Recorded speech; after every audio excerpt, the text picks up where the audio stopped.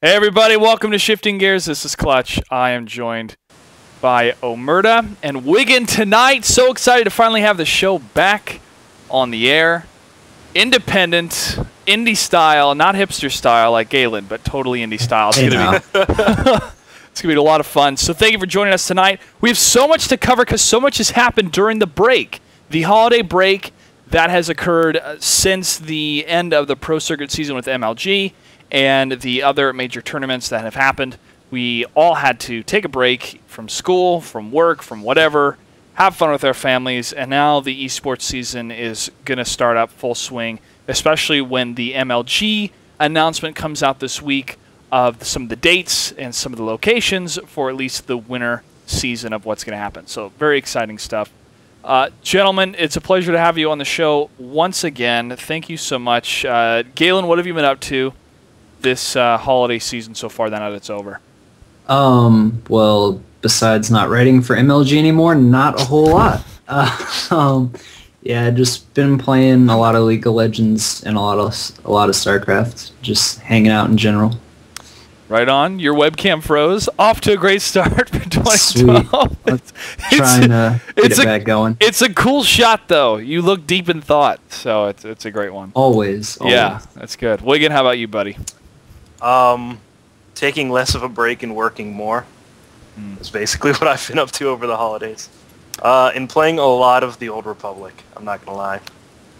Need to get back on the StarCraft train, but man, Old Republic is a fun game. Oh my gosh, man. I had, for those of you that haven't played Old Republic yet, that is the MMO that probably will kill World of Warcraft. It was released in December. December 20th was the official release date, but since I pre-ordered the game back in July, I had access to it a week before a lot of people when they had the early access, and plowed through that game for sure. The single-player aspect of it, or the quest aspect of it with the story, was very intriguing, very cool. We'll get to more of that game later, but have been playing a lot of that lately. The holiday break itself was needed, I think, especially for a lot of the pro players that have these really, really tough travel schedules. For example, Huck. His travel schedule is ridiculous, man. The amount of travel he has to do coming from the States, coming from Europe, off to Korea. Now, being in Korea full-time, it's very strenuous on these players. And to have that break, I think, is great for everybody, and it gets kind of a reset mode for everyone to take a breath, take a step back, enjoy time with people they haven't seen for a while, and then get back to it full swing in 2012. I haven't been to Korea. I don't know what the Korean culture is like when it comes to the holidays, if it's different than America with the break or with their practice schedule, but a couple people have commented on the stream numbers being lower because of the holiday break. Not as many people have been watching the pro players play or stream.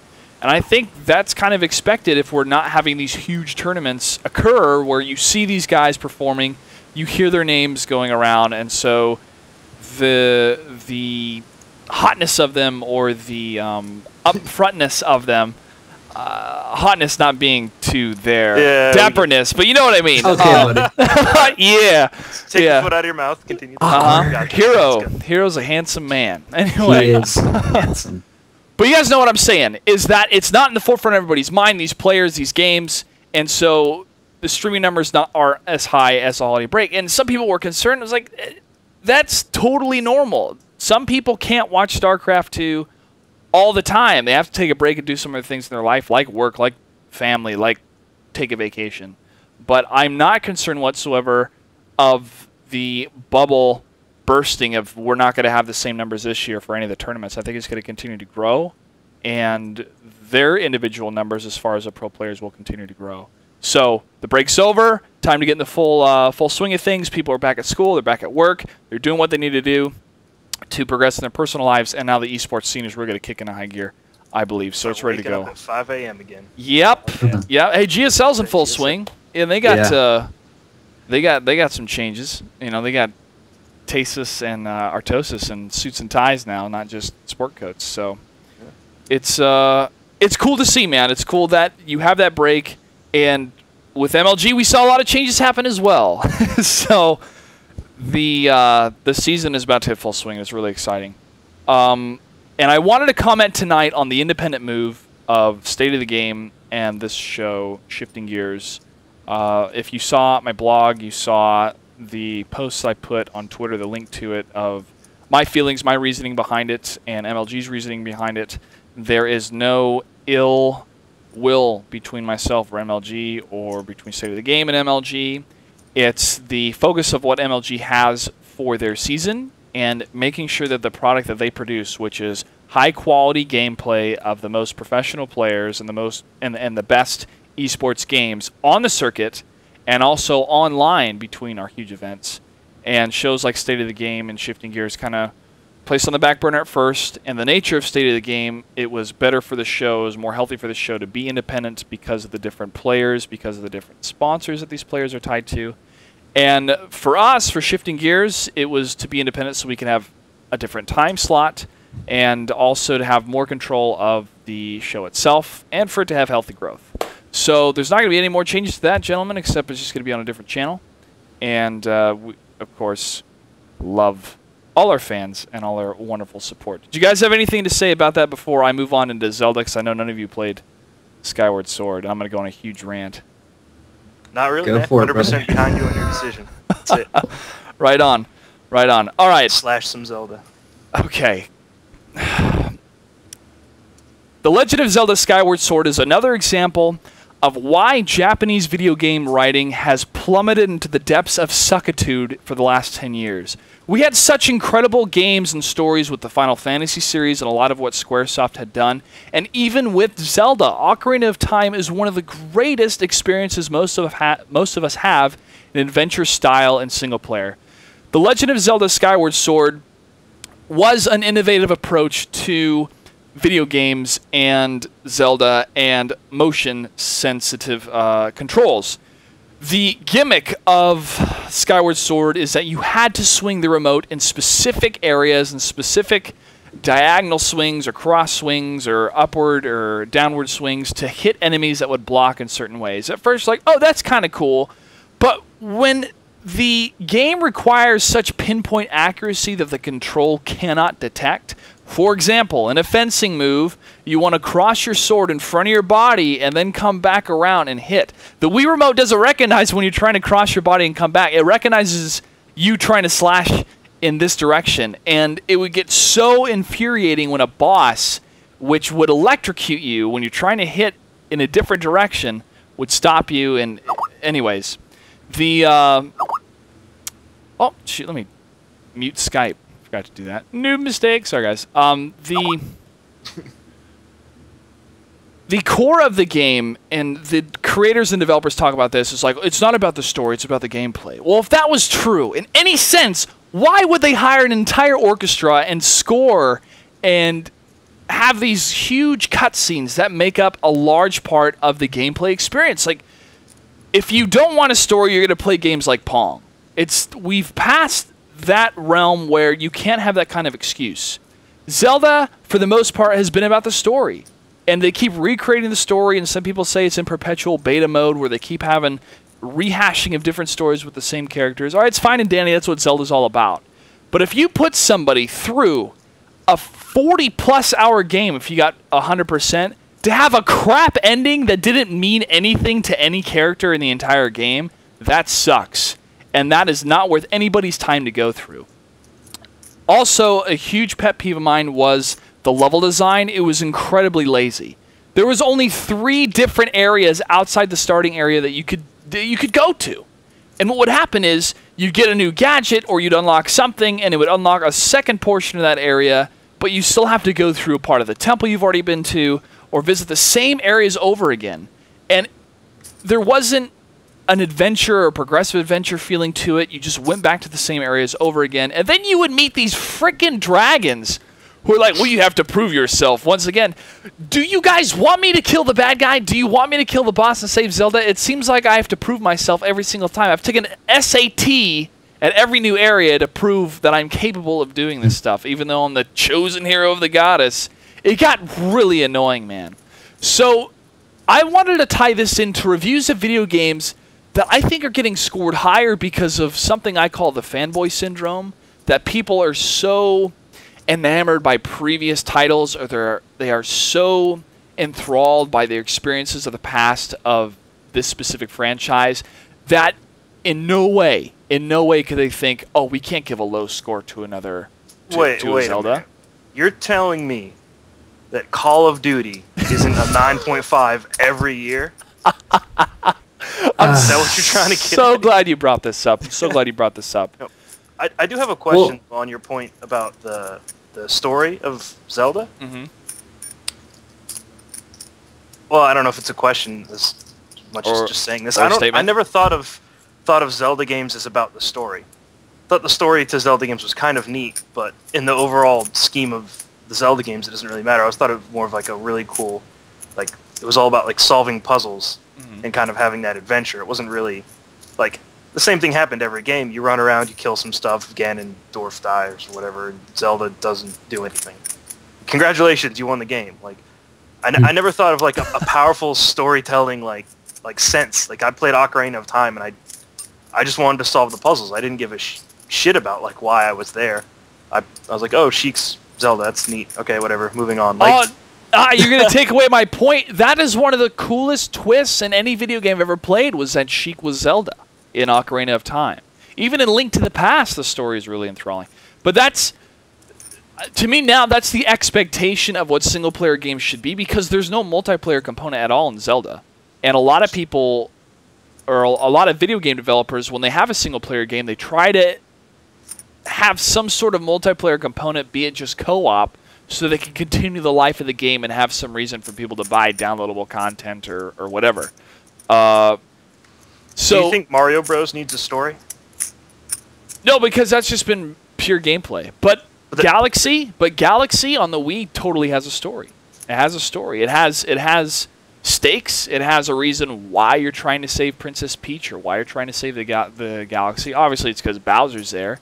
And it has other characters too that are new, that are innovative, that are different from the universe before. I mean, look at Super Mario RPG Legend of the Seven Stars. That was an incredible story with cool new characters like Geno and Malo that were never in the Mario franchise before, but their unique background and their addition to the entire mythos of Mario transcended the gameplay. It was about the story for that, man. And so, well, that's because that game wasn't about the gameplay, though, right? It was an RPG. Yeah, you could argue that as well. But what's Zelda? An adventure RPG?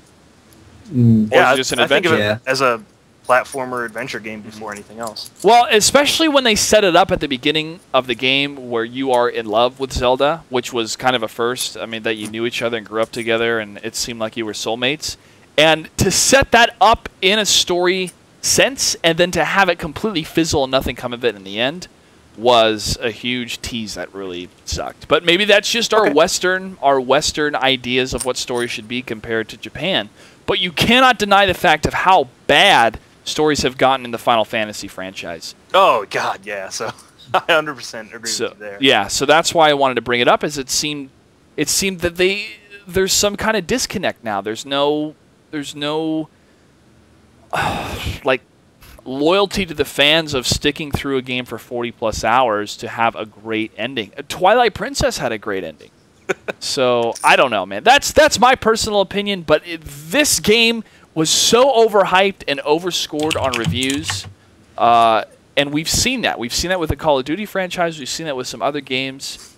I just wanted to get your guys' opinion on that, man. Like, different reviewing companies or websites, whatnot, IGN, Metacritic. Metacritic, I think, is pretty accurate on the user score, but sometimes on the critic score, it's a little iffy. But did you have any comments on that?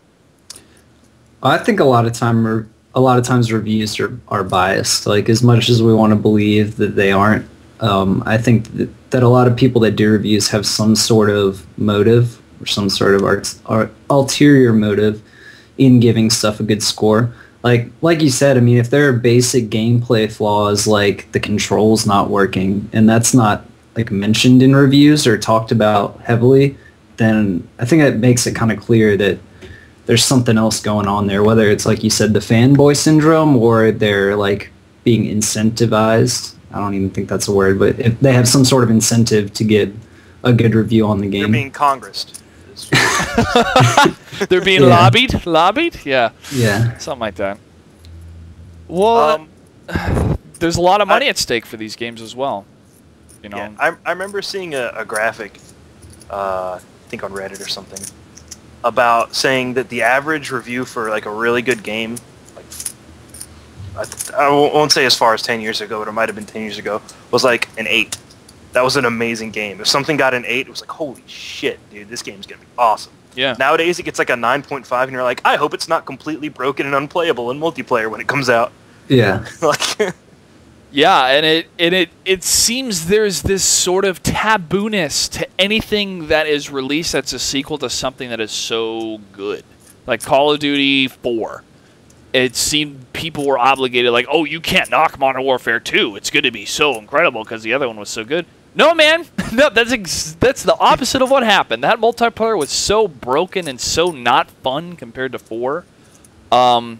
But it's the powerhouses. It's these huge companies, these huge distribution companies, and these huge developers that have, I think, these handshake deals with some of these review companies. That says, hey, you know, if you give this game a good review, which it will obviously get because our last game was so good, then we'll throw this at you, or we'll give you an exclusive on this, or something like that. Yeah. I have no evidence to say that that's happening, but in this industry, when everybody wants to scratch each other's back, why not? I mean, the people are going to buy the freaking game anyways because it's so big. Yeah. It's like almost expected of gamers to buy those kind of games. Mm-hmm. But, you know, in the end, man, it's the gamers that really have the true power. And the most important review I will ever receive is word of mouth from friends, from people that I trust to tell me if it's good or not. I hope to be the same to other people as well. So I finally freaking beat Zelda and just. I'm just pissed off. I was just like, what? Why? It was bad. It was bad. I could have been playing Star Wars.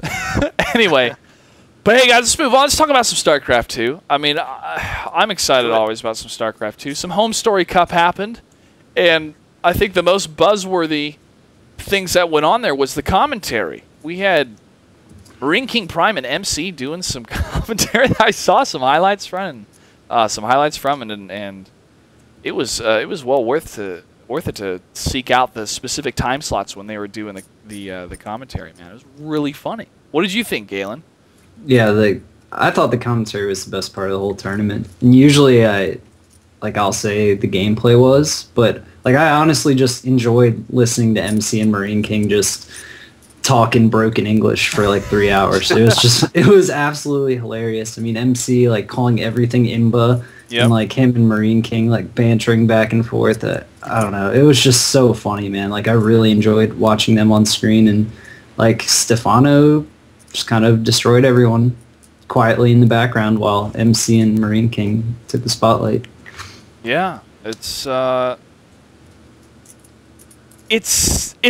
It really is cool to see that kind of player commentary, that player shoutcasting from the Korean side. And no disrespect to MKP or MC, but the broken English added humor. That's the nature of it. It's just funny. Yeah.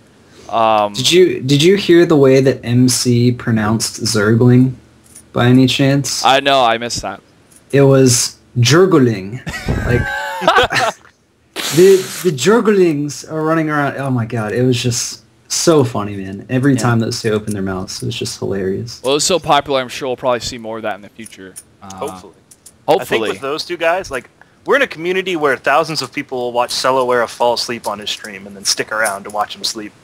So I'm pretty sure if you put MC and MKP in a room doing anything, people are going to find it hilarious. Yeah, that's very true, man. It's very true. But it was a good, successful tournament, and it was good that Europe has something very early in the season to showcase and to utilize. You know, simple, these guys sitting on a couch looking at a monitor, but it was a lot of fun. A lot of people enjoyed it, and it shows that you don't have to have the biggest of technological innovations and things to still have a successful stream and successful tournament, especially when you have the talent there. They have the talent with those two Korean gentlemen. It was a lot of fun. Galen, you also mentioned another StarCraft 2 tournament that occurred. Yeah, the Shoutcraft Invitational was kind of like the other big side tournament, like outside of GSL. That was going on. That was cool. That's the one Total Biscuit puts on, and Yeah, that's right. I'm pretty sure that he uses like a lot of money from his stream, like the ad revenue from his stream, to pay for the prize pool and stuff. Like, I'm not exactly sure what the percentage is, but that's always a cool tournament to watch. Just like a nice little invite tournament. Oh, and that's the tournament Stefano won. I'm sorry, MC won Home Story. Yeah. Okay, yeah. Okay, yeah, I confused those two. Yeah, so Stefano won that. Yeah, and yeah, Home Story was cool just because like you saw some Korean players that you didn't really get to see anywhere else. I forget the Terran player's name. Made the Sound? finals. Yeah, Sound. Like his first. Like, and then Real. Yeah, and then there was another Protoss, Korean Protoss there, Real, who's hadn't really seen much of before, and they both played pretty well. Yeah, Shoutcraft was cool. I just really like Apollo's casting. Like, honestly, in my opinion, I think Apollo is actually the best StarCraft 2 shoutcaster right now. I prefer listening to him over Tastosis. I prefer listening to him over Day 9. Like, his analysis of the game is so good, and like his pacing, like just everything about his casting I really enjoy.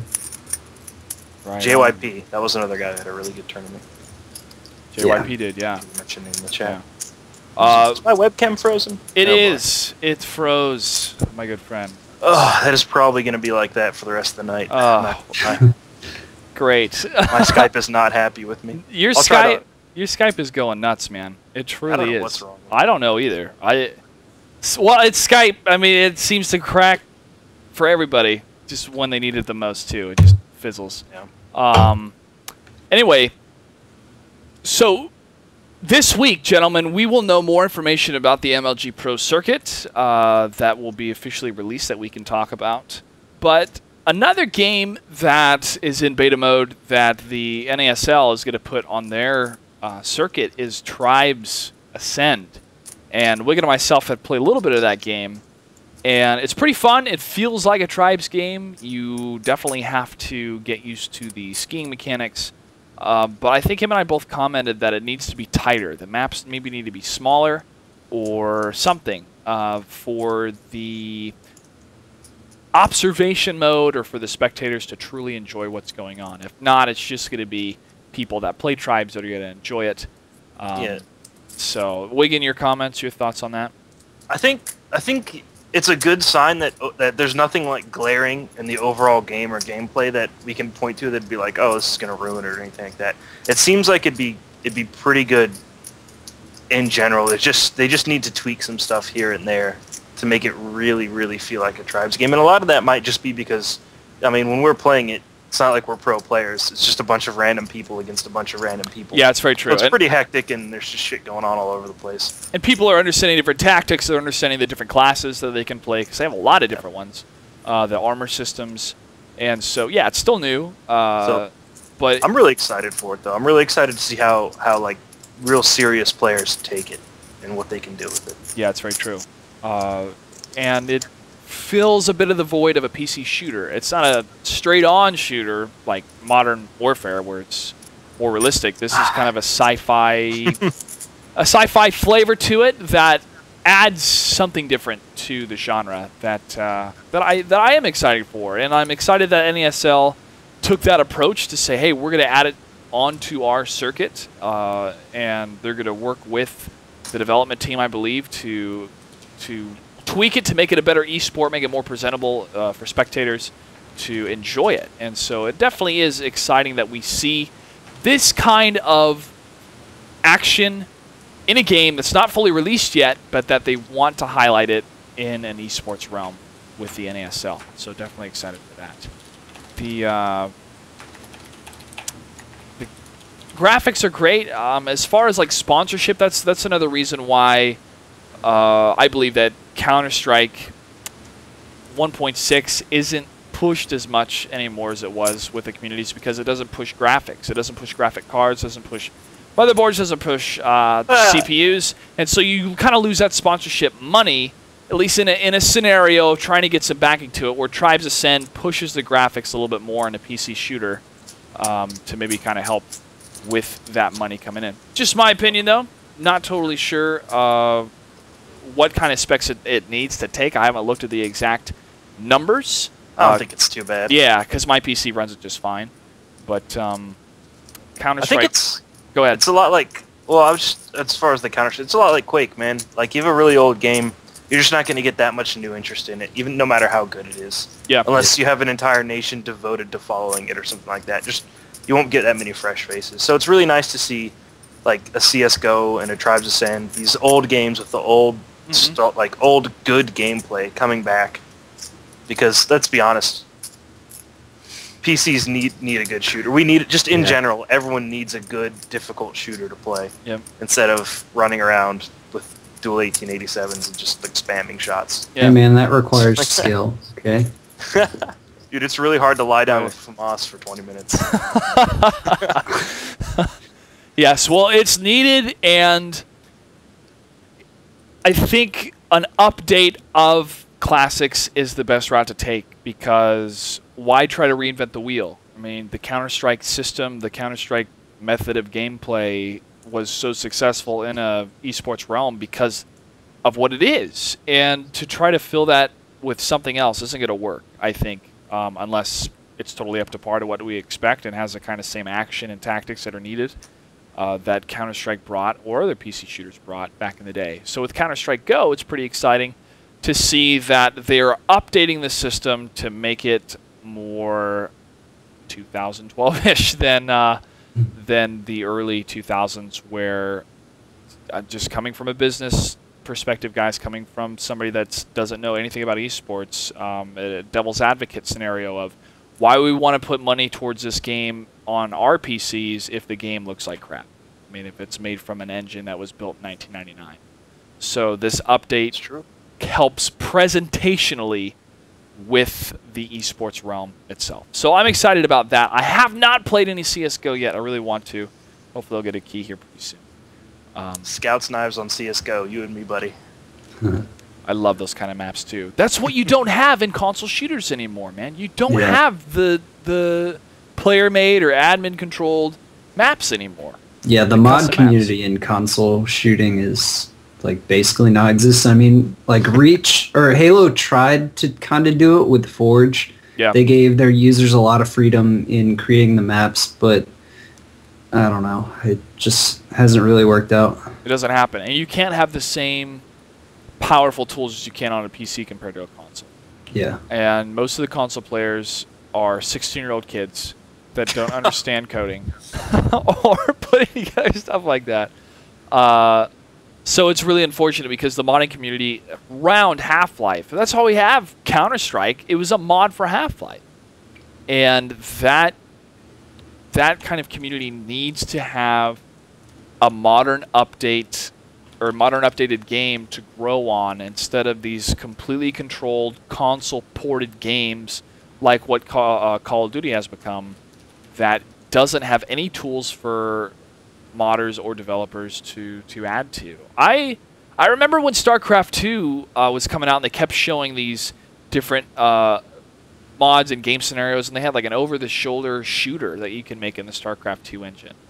Yep. And really haven't seen a whole lot of custom game mod type of things. I mean, there's been some projects that people have released that they're working on, but the esports realm for me is the most news that comes out of StarCraft 2, not anything from the modding community. Well, the other thing kind of to go along with that was early on in StarCraft 2's development, they talked about having like a marketplace where people could sell their mods. And so like people would have had the incentive to put like hours and hours and hours and hours into like a really sophisticated mod and be able to, you know, sell it and earn some money for all that time they put into it. But that, I don't know what happened with that system, but it just kind of like didn't happen. Yeah, I don't know. I don't know if they're going to try to introduce that with Heart of the Swarm, or they just cut that and totally put it into the auction house system for Diablo 3 and decided let's just focus on one money transaction for one game and see how that goes. They're still trying to figure that out in Korea, which we're going to move into right now, gentlemen. It's time for some Diablo 3! I can't wait till this game comes out, but unfortunately you have to wait longer and longer and longer. I wish I didn't know as much about the game, or I bought all the freaking books to read, But I did so I can continue to get excited and know more about the lore of what's happening. There have been some major lore details that have been released because of what happens in the beta and because of these books, which I will not go into detail tonight because I didn't make a little spoilers tag at the bottom, but on another episode I totally will. But let's talk about the February 1st thing, man. I was so pissed that I should have known better. I don't know why I got my hopes up along with the rest of the entire planet Earth. Dude, I warned you, man. I told you. Was that like a Photoshop or something? I think so. They misspelled February too, but if standard, if you guys didn't know for any sort of reason what had happened was, and I found out from a text from Tumba, one of our StarCraft 2 community casters, at 2 o'clock in the morning, saying Diablo 3, February 3rd. I went, what? And so I called him and got on the internet and tried to find out what was going on, but it sounded legitimate because websites like Joystick and Kotaku were saying, well, we called this manager at this... paragon of journalism. Yes, clearly. Clearly. I'm sorry. I should check other websites with a higher reputation at stake, maybe? I don't know. But the articles would say, all right, we called a manager at this separate store, and they said that they had to change the release date to February 1st. And then you go to Best Buy's official website, and it says February 1st, 2012. And so this poster where it says midnight release Diablo 3, pre-order today, releasing February, and then the shine of the light is into where the date would be, but February is misspelled.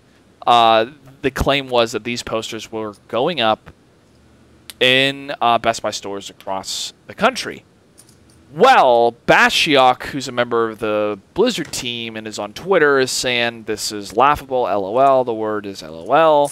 And then they came out, I think the next day or 2 days later, that no one knows the release date for Diablo 3, and people were going back and looking at the track record of Blizzard, and it was showing that Blizzard releases the release date to everyone at the same time. They don't tell any retail stores ahead of time when it's going to come out.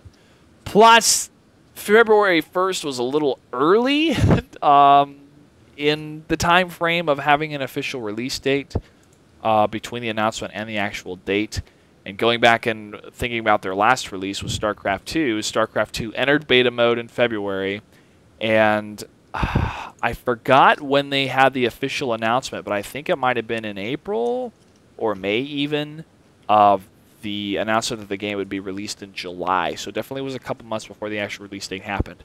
However, besides that, we've come to a point now where we are so flipping excited about this game. We've heard so much for so long that somebody with good Photoshop skills but terrible, terrible spell check skills can send the entire community in uproar. So that was a tough pill to swallow, finding out that it was fake. But the other thing to bring up, gentlemen, is the issue with the auction houses and the gambling. The gambling.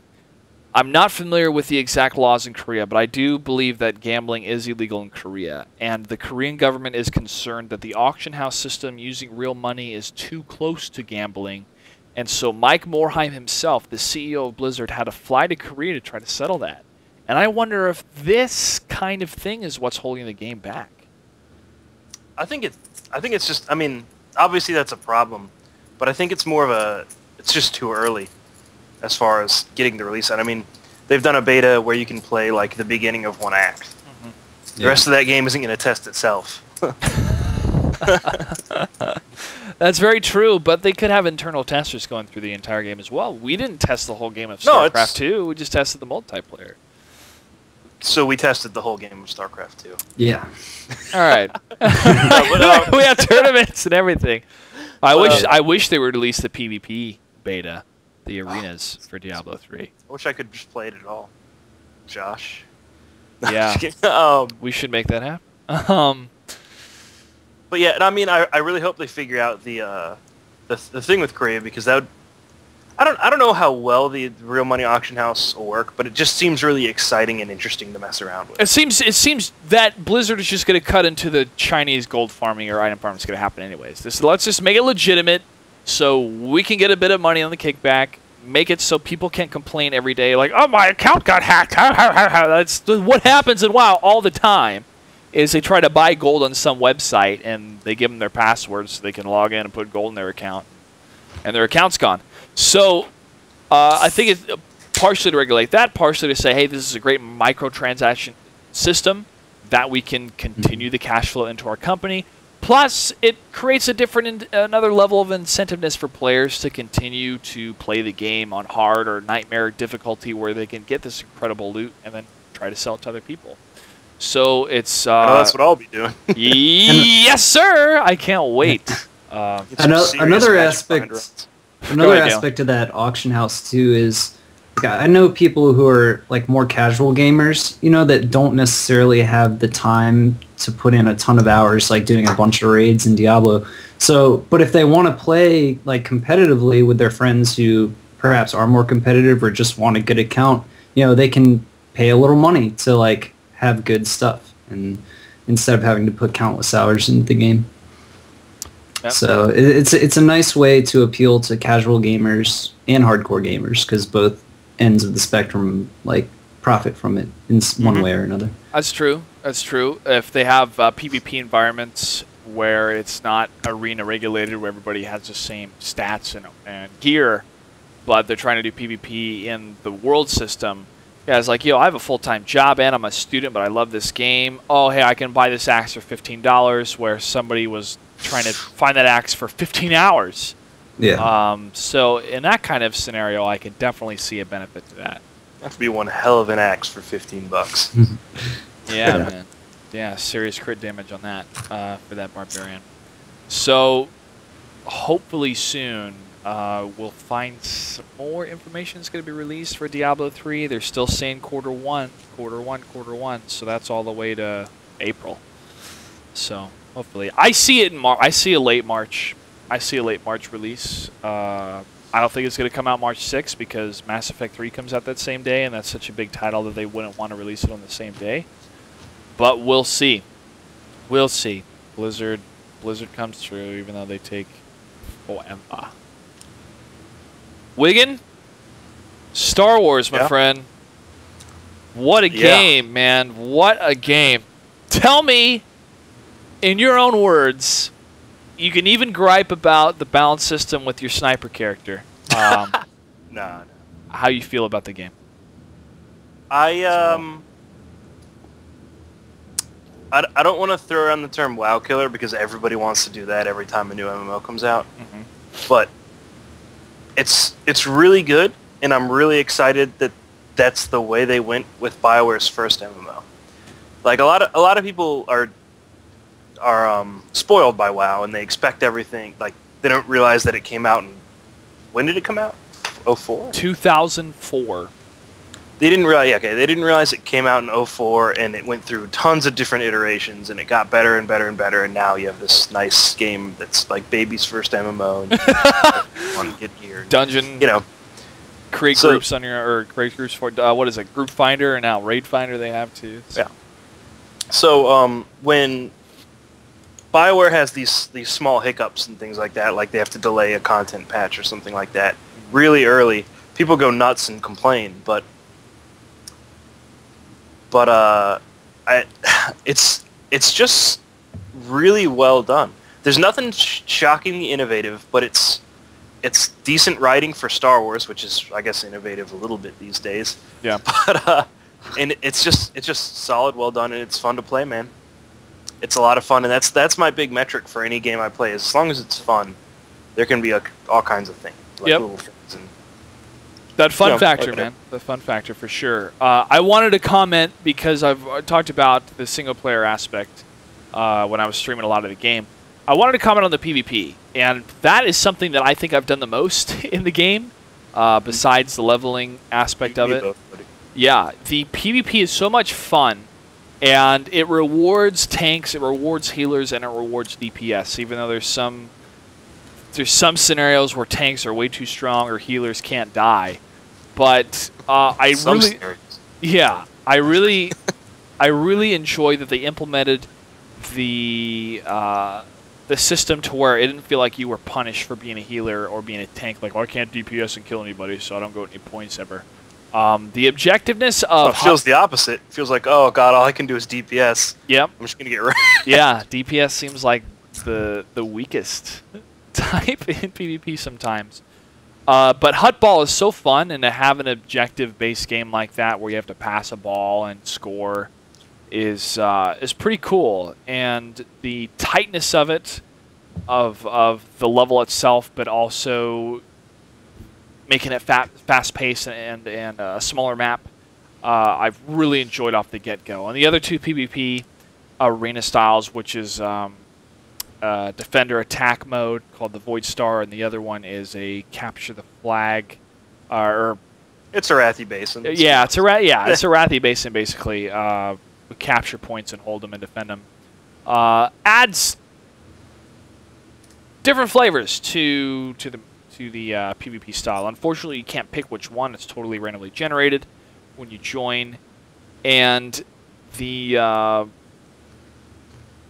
there's not really a whole lot of bugs in it. Just sometimes like moves won't work with snipers that Wiggin constantly complains about over the microphone. For the most part. But honestly, it's a lot of fun. It's very well done for initial release. And as far as it being an esports potential game, I vote yes.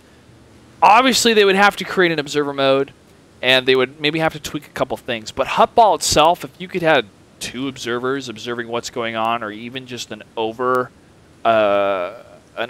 shot of what's happening, yeah, and just give you a couple of floating cameras, man, and that thing would be a blast to talk about. Oh yeah. Really watch. Oh yeah, and the action's non-stop. And there's different fights and different things that go on and different strategies that you can use within that specific type of PvP, because you have these traps of acid or fire that your moves could create these amazing strategies that I've used sometimes. It's a lot of fun. So it has so much potential for it to be castable and for it to maybe even be an esport. It is such a night and day difference of watching a WoW arena where you have 3 healers that won't die and keep running behind the same freaking pillar compared to... Go ahead. Try reffing one of those matches. Oh, try being a cameraman for one of those matches and you can't sit down for 2 hours. Anyway, but the action of it, the style of it is a lot of fun. And hopefully EA and BioWare will recognize, hey, we could throw an observer mode in this or make a private server and try to have some sort of official competition. And in the right hands, with the right amount of hype, it'll work. It'll totally work, because the core mechanics are definitely there for it to be fun to watch. So I really enjoy it. Galen doesn't enjoy it. He is upset that we constantly play it and don't play League of Legends or StarCraft 2 with him. QQ, man. I'm sad. Yeah, but it's all good. Well, if we wanted to, we could probably play League of Legends because, just like tab out and do that between queues on StarCraft or on SWTOR or something like that. I mean, it's a pretty easy game, right? You don't really have to pay attention to it. Yeah, as long as I get to play Morgana, which never happens anymore. So, which is Morgana is a good champion. She's really good. She's really good. But I guess the best thing I can say about the Old Republic is it feels a lot like Vanilla WoW, and if you played Vanilla WoW, you understand that it's a really good thing. Yep. The funnest WoW ever to come out. And it's the adventure too. There's adventure again that didn't feel like you had in WoW anymore. You had something new. People were figuring things out. You didn't have a guide on the internet to tell you what your spec should be for the most DPS. You were just trying different stuff out for yourself and realizing what worked the best. And I like that kind of newness. That truly what an adventure is taking those steps on your own and figuring out for yourself. That we don't have in games that have been out for 8 years. So like World of Warcraft. But it's exciting. All right, guys. 2 more topics for tonight's show. The first one, 2012 Mlg Pro Circuit announcements to be this week, but Sundance hinted at the different cities that we're going to go to. Wasn't able to pull up his tweet right off the bat, but I believe he said Anaheim, Raleigh, Columbus. I think he mentioned maybe one other city, and he put yeah, you got it. He put NYC between those different events, which is pretty cool. to have maybe smaller events in New York City between those larger events. However, he had a parenthesis around surprise. And is that a new city that we're going to go to? I'm not sure if what it is, honestly. But if I could pick one location besides Anaheim, which I thought was the best location last year for MLG because of the amazing crowd, if I could pick one location to go to, it would be Seattle, Washington. And a variety of reasons. One, it's a pretty good mecca for video games or video gamers. I mean, Half-Life and the Sierra Studio had a pretty strong following in that region when I was a kid. And I don't know, man. There's something like tech savvy about the Pacific Northwest that I always enjoyed when I was young.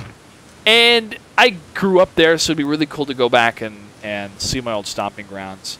But the kind of mentality of that city is really, I think, open to esports in a certain huge event like MLG. I think would be very successful for that area. But we'll see. I don't know what's going to officially be announced yet. People on Twitter are saying Vancouver. I think he means Vancouver, Canada, not Vancouver, Washington. So I was born in Vancouver, Washington. That's not a very big city. So I'm pretty sure he means Canada. Omerta, if you had an ideal location for an MLG event or any big tournament, where would it be? Seoul, Korea, man. I want to see something outside of North America. I think would be really, really cool. I don't know. I doubt the logistics for that would actually work, like getting their staff out there and stuff. Yeah, the visas that everybody needs to have. Yeah, but I would love to see an MLG in Seoul just to see like an all-Korean open bracket. And I don't know. That's just the StarCrafty fanboy in me. Yeah. I think that would be sick. Hey, if GSL can come to Blizzard and to BlizzCon and do their thing, then maybe we could go to Seoul. Yeah. You know, it'd be cool if MLG did some sort of finals or something at BlizzCon. That'd be nuts. That'd be a lot of fun. Oh, that'd be really cool. That crowd, the biggest esports crowd I've ever seen live. So awesome. huge, so huge. Wiggin, what about you? If I had to guess, and I guess it would also be where I'd like to see one. I would put my money on Montreal. That would be my guess, and I think that would be really cool too. I know a lot of people want that to happen. A lot of people do. So that would be great. Or honestly, like Omerta said, man, something out of the States, Korea, maybe something in Europe, or even South America. South America? Like where in South America? Fuck if I know. Chile? I just know they were Peru, maybe? Didn't they get some broadcasting deal with somebody in South America or something like that? I'm not sure. Well, IEM's about to be in Sao Paulo in a little over a month. Yeah. Sweet, man. Yeah, it seems Latin America is kind of like, I don't know any events that have ever happened there for esports. I know people from there, or people that are trying to make it bigger, casters from Mexico that would like to translate into Spanish, but hey, that's exciting. That's exciting. There's definitely a lot of video gamers in Latin America, so to see that would be pretty cool. Pretty cool. But, you know, IEM goes all over the world in their different locations. I mean, they have one in China last year, which is pretty sweet. But China is so big, especially for MOBA-type games. Yeah. Whew, they're huge. They're huge. China would be something. I don't think that's even possible, though. Yeah, I don't know. I don't know, man. China would be huge. China would be huge. Well, we'll find out soon. We'll find out within the week some initial details of what's going to happen. It's exciting. Exciting. We look forward to it, and we all plan to be involved. So I know with the release of State of the Game and Shifting Gears becoming independent shows, some people are like, well, you're still going to be with MLG, right? It's like, I still plan to be with MLG and keep doing the same thing as I was doing last year. So that's the plan. All right, the last topic for tonight. Games to look forward to in 2012. Besides Diablo 3, And that's about it. We talked about Diablo 3. Heart of the Swarm expansion, probably going to come out this year. It's a big ... probably because it's a Blizzard game. So it may take till 2015 for even the beta to come out for that. But for sure, we know what's coming out. Mass Effect 3, which I'm really excited for. They are adding a co-op mode, a multiplayer mode to that, but the story, the choices, the characters I've loved, especially since the second game, which is one of my favorite games of all time. Can you guys think of any other games coming out this year? Just off the bat, I think of Mass Effect 3. Half-Life 3. No, Oh, yeah. Episode 3. Yeah. Well, we have Dota 2. It's going to be released. We have CS:GO. CS:GO. That's what I'm most excited for, man, because CS:GO. all the first-person shooters I own are sitting right over here and have dust all over their boxes because they're Xbox games and I no longer play them. Yeah. I really want a good PC shooter, man. Like I've jumped into 1.6 like occasionally, like just to mess around, but I still have it installed. Get into yeah. So I'm excited for a good new shooter to come out. Me too. I think a lot of the PC community really is, because people that play PC games, some of them don't play StarCraft 2. Amazingly enough, they play other ones. Yeah, some of them are wrong. So. Yeah. No,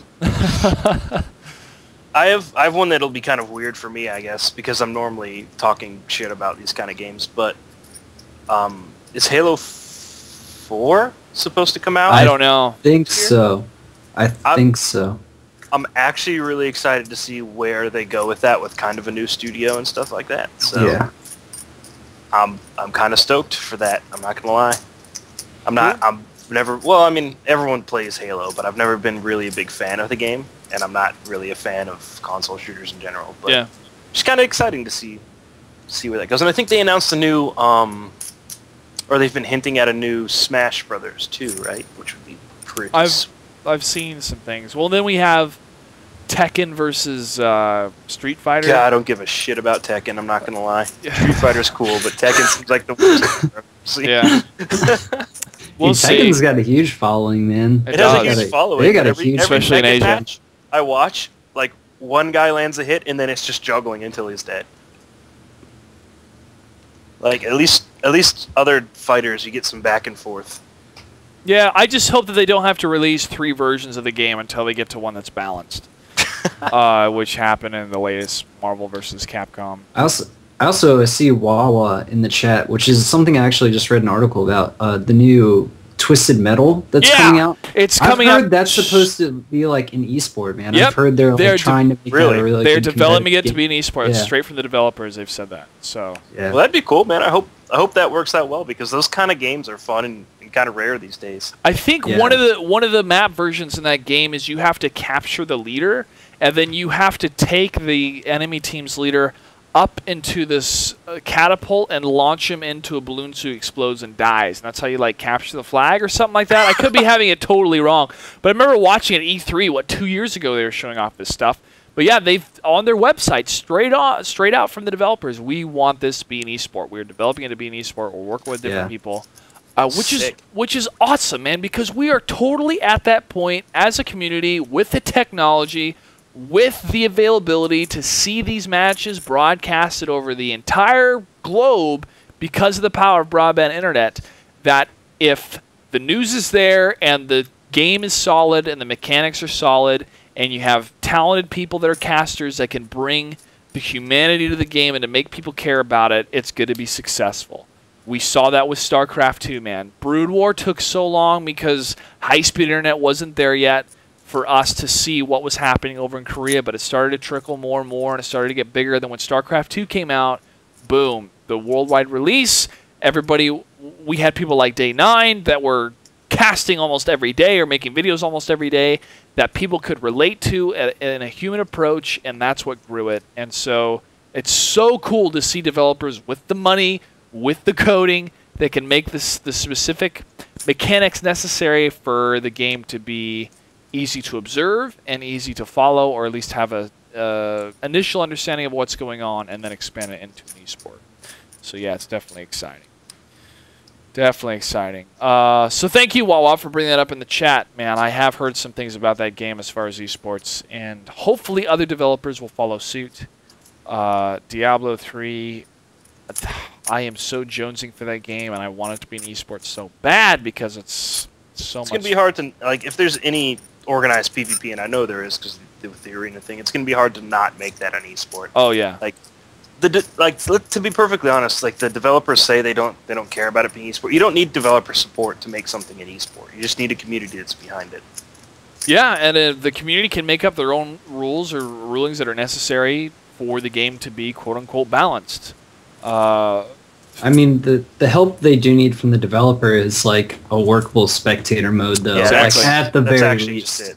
Yeah, Exactly. and so if they don't even get that, then I don't really see how the PvP could take off at all. But Well, you could make something work around. Like you could just piggyback off somebody's camera or something like that and make it okay. But yeah, But it's way better if those it's things so are much implemented. better. But hey, you know, Blizzard implemented replays and observer modes for StarCraft 2. Why not for Diablo 3? It uses the same freaking Battle.net system. I mean, it's half of that is just inviting the people into the game to have that. Okay, here's why this won't work is because there'll have to be more than one person watching the replay at the same time, and apparently that doesn't exist in Blizzard's world. Oh, you know, that's right. That's very true. Hey, man, I love getting all of my friends and watching StarCraft replays. Oh wait, never mind. You don't really Can't want do that. replays, right? Hey, man, it's not too hard. I mean, we have Not really. we have third-party programs where we count down 3, 2, 1, play. But And then people's computers get out of sync, and yeah. One day, hopefully. Hey, you know what? We should maybe make a bet. What's going to come out first? Half-Life 2 Episode 3, or group mode replays? It's a good timeline to have if what's never going to happen. All I'm saying is Duke Nukem Forever came out before Half-Life Episode 3, so I'm pretty sure it's going to be group replays. Oh my gosh. Yeah. Well, maybe after Dota 2 officially comes out, we'll hear something of what's going on there, but not sure. And then we have CSGO too, so we have 2 games coming from the Valve development team. And I actually bought all the Dungeon Siege games because I am so going nuts over Diablo that I was like, well, Dungeon Siege is kind of like Diablo, so I'll try it out. But you can get all 3 games, I think, for $30.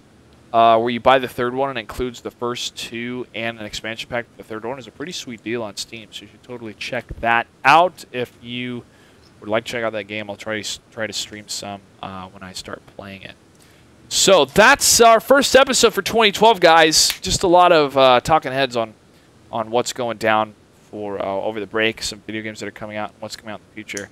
But there are some seriously exciting titles coming out later in the year, but the first one in my mind right now is going to be Mass Effect 3. What did you remember, Wiggin? Alright. It's a mech game, I think only for consoles, called Hawken. Yeah, I remember that video. That was really cool. Give me anything that can, like any mechanical thing that can walk around, and I will love it forever. Please give me a new Mech Assault, but I'll settle for Hawken. Yeah. Oh, yeah. part of the swarm, man. Yeah, dude, I'm gonna build. Yeah, those build little so many of those things. freaking Command and Conquer mech units. What were they called again? The Warhound. Warhound. I'm actually just gonna build only Warhounds and Shredders. You're gonna love it. Oh my gosh. Oh yeah. You know, when I play against Protoss, I wish I had a battle Hellion right now and his charge lots. I wish mech worked against Protoss, Terran. But just I need a genie for those wishes to come true, so I just make bio and then lose to Storm. Anyway, hey, we're gonna close the episode tonight with some shoutouts. But seriously, guys, fans, thank you for the support, and we will continue making this show. Is because we love to do it and we love to talk about games. So next week I'm going to continue my adventure of playing Limbo, which was a lot of fun to play and watch me die continually, just to show what's going on in the indie realm and maybe see if I can pick up another indie game that was released kind of under the radar. So that's what's going to be happening next week. Galen, thank you so much for being on the show. Thanks, man. You can follow him at MLG_Omerta. Is there any shout-outs you'd like to give? Not really. Just thanks for having me on. One shout out might sound kind of weird. We didn't really talk about GSL at all. If you guys haven't watched the new GSL format, like, it's absolutely amazing. Best of threes every series. I like the new maps. They have one of the ESV maps is in there. Like, the maps are very, very good this season. The format is very, very good. Loser picks. Like, everything about the GSL format's much better. So yeah, go watch that. It so far has already been the best GSL season, like, easily, just in the first 2 weeks. So go check that out. Right on. Thank you, Omerta. Wiggin? Oh god, the pressure. No, you can follow me on Twitter at @MLG_Wiggin. It's right above my spinning circle. That has been my webcam for the majority of this episode. I should have just put a picture there or something, honestly. Right. I gotta figure out you and your what the hell's mohawk. wrong with my Skype. I actually have 2 questions for you during my shoutouts, Josh. Okay. Can we record this and put it on a podcast for people to download? A podcast, yes. I'll have to go into system and do some things to do that through the RSS feed, but the VOD is going to be instantaneous on Twitch, and then I'm going to upload it to YouTube as well. Awesome. And can we play some PvP and stream it for people afterwards? Yes. Sweet. Okay. Shout out to my Old Republic Guild. Shout out to Hammer Time and at BC and Robin and all the people we see in chat every once in a while. Wawa, Frag, all those guys. And that's it for me, man. Thanks for having me again, buddy. Cool. All right, well, on Wiggins' request, after I cut the show, we'll get the PvP set up and then people can watch us decimate faces and make nerds cry in Star Wars The Old Republic. As always, gentlemen, it's been a pleasure. I can't do 80% of this show without you. You guys add so much to it. The other 20% is just my other monitor that I made that that I bought that helps with this. I need to replace the Olivia Wilde poster I unfortunately lost because she fell down and she was too sun bleached because I have 2 big windows right here and the sun comes in. So I need to find a replacement. I think I'm still going to keep an Olivia Wilde poster. Can I make a suggestion? Yes, you can. What is the actress's name from Modern Family? What is Sofia Vergara? The Latin chick? Throw her up there. Yeah, I think everyone would like that. I don't think her bust size will fit on my webcam, but probably not. I'll try. Let's see. Yeah, she's Anyway, so big shout out to everybody that watches the show and tell your friends. The show is going strong. Tuesday nights, 10 p.m. Eastern, and we will continue to give our educated responses, opinions, and ideas in the realm of esports, video games, and entertainment. Thank you so much for tuning in. This is Shifting Gears. We'll catch you guys next week. Take care. And PM Kennegat on Team Liquid to get us on the calendar. Yes, we need to get on the Team Liquid calendar. PM Kennegat. All right, cool. Bye.